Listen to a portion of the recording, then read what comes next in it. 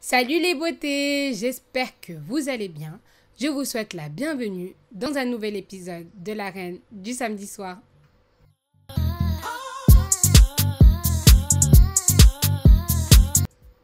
L'épisode d'aujourd'hui va porter sur la femme qui a marqué l'histoire des Haoussa. D'une part pour sa technique militaire et d'autre part pour sa dévotion pour son peuple. Le modèle qui va s'afficher là porte son nom.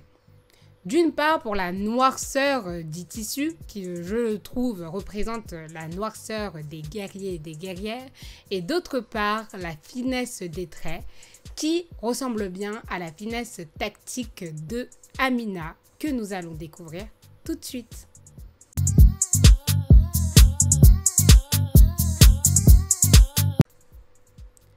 L'histoire commence en 1533.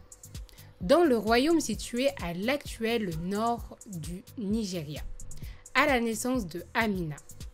Il faut savoir qu'à cette époque, le royaume était divisé en 7 États, dont l'État de Zaria.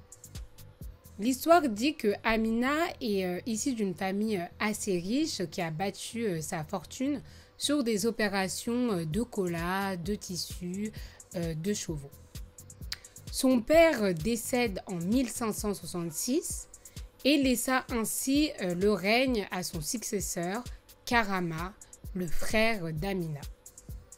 Durant ce temps-là, Amina perfectionnait ses arts de guerre avec la cavalerie de Zazo. En 1576, son frère finit par mourir et elle lui succéda au trône.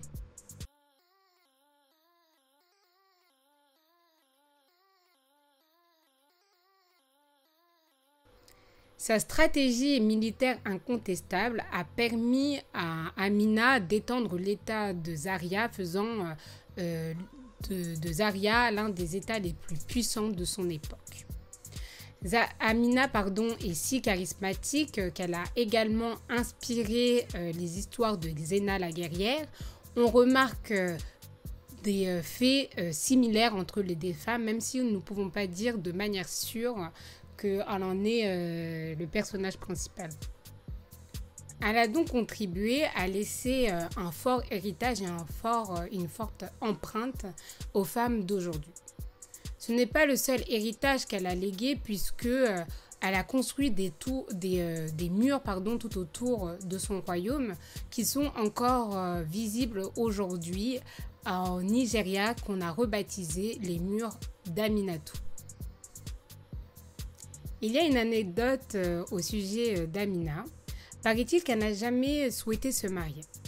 C'est pourquoi, à chaque nouvelle conquête d'un territoire, elle passait la nuit avec un homme qu'elle avait choisi et le faisait tuer au petit matin pour qu'il ne se vante pas d'avoir passé la nuit avec elle. La légende raconte qu'elle finit par décéder au cours d'une campagne militaire. Plus qu'avoir marqué l'histoire du Nigeria, des Haoussa, selon moi, Amina est une véritable source d'inspiration pour nous, nouvelle génération, par sa dévotion, sa détermination. J'espère que l'histoire d'aujourd'hui vous aura plu. N'hésitez pas à commenter, liker, partager. Si vous voulez en savoir plus sur l'histoire d'Amina, n'hésitez pas non plus à cliquer sur les liens en dessous de ma bio.